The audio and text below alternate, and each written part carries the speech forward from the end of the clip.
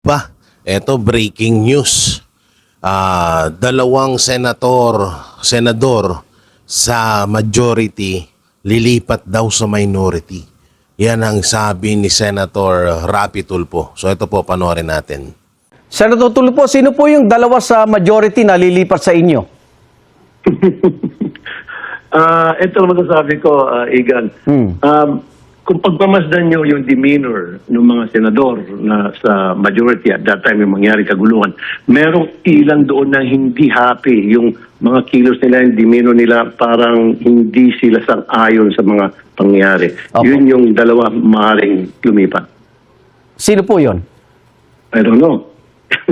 So dalawa po. Okay.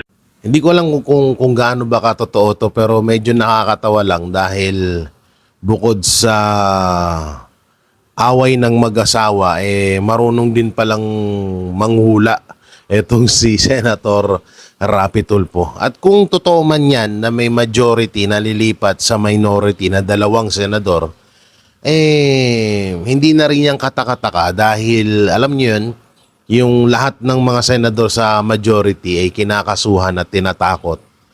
At obvious naman na tinatakot sila para lumipat sa minority.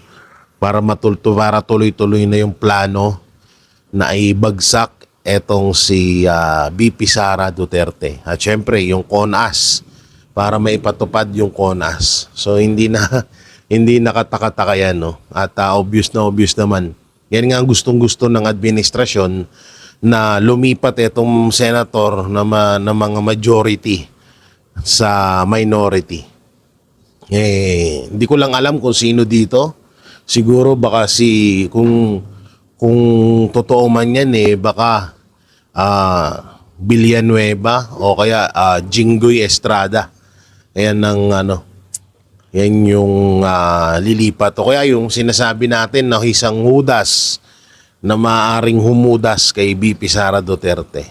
So, abang-abang na lang talaga tayo kung sinong senador etong tinutukoy ni Senator Rapi Tulfo na lilipat sa minority. Pero alam nyo, etong senador na to na lilipat sa minority, habang buhay niyang pagdudusahan at habang buhay na itatanim sa utak ng mga Pilipino na isa siya sa mga hudas or demonyo sa bansang Pilipinas dahil sa paglipat niya sa minority. So kayo, mga banateros, anong opinion nyo dito?